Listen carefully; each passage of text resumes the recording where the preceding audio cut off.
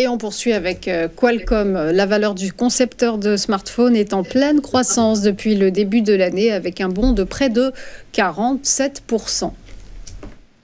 Alors là aussi, bien évidemment, alors ça c'est une valeur qu'on suit depuis très longtemps. Alors sur le plan technique, je vais être un peu plus technique encore, c'est une valeur qui a réalisé depuis maintenant 2 ans un cycle complet, un cycle en 5 vagues. Bon, alors je ne vais pas aller plus loin dans le détail, mais disons que c'est typiquement lorsqu'un cycle complet est abouti, on attaque derrière une phase de correction. Et cette valeur autour des 150-160 a connu un regain d'intérêt lorsque ces puces, lorsque vraiment s'est diffusée l'information que ces puces allaient vraiment être en concurrence directe avec Nvidia dont nous parlions précédemment. Donc, et il y a eu donc une poussée de 150 à 230 en quelques semaines, puisqu'elle était autour des 150 à la mi-avril et qu'elle vient de toucher les 230 ces jours-ci. Donc, on voit bien, là aussi, il y a de l'euphorie, il y a de l'envie. Les investisseurs poussent, se précipitent sur toutes les valeurs. Bon. Mais là aussi, attention, jeudi dernier, grosse alerte et encore plus significative.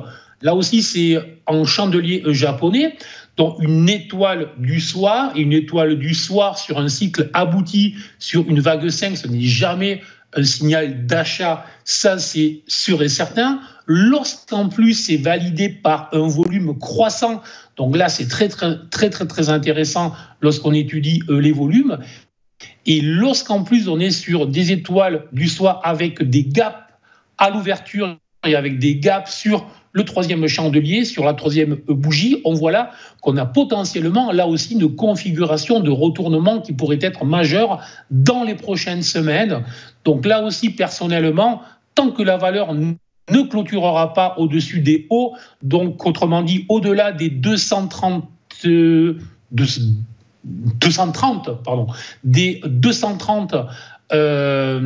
dans les prochaines journées, personnellement, je conseille de rester à l'écart, je conseille de se montrer prudent, car nous pourrions avoir un signal baissier plus que significatif sur cette action.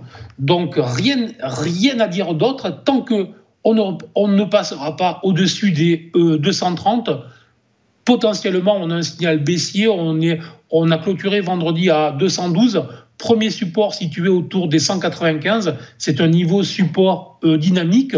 Dégradation suivante sous les 190, là ça marquerait clairement que les vendeurs sont potentiellement en train de reprendre la main. À ce moment-là, ça conduirait sur un objectif baissier entre 163 et 170. Donc plusieurs zones à surveiller. Tant que les 230 ne sont pas revus plutôt baissiers, si on a une clôture au-delà, à ce moment-là, cette alerte n'existe plus. Et sous les 195, première alerte, accélération sous les 190 avec des objectifs entre 165 et 170.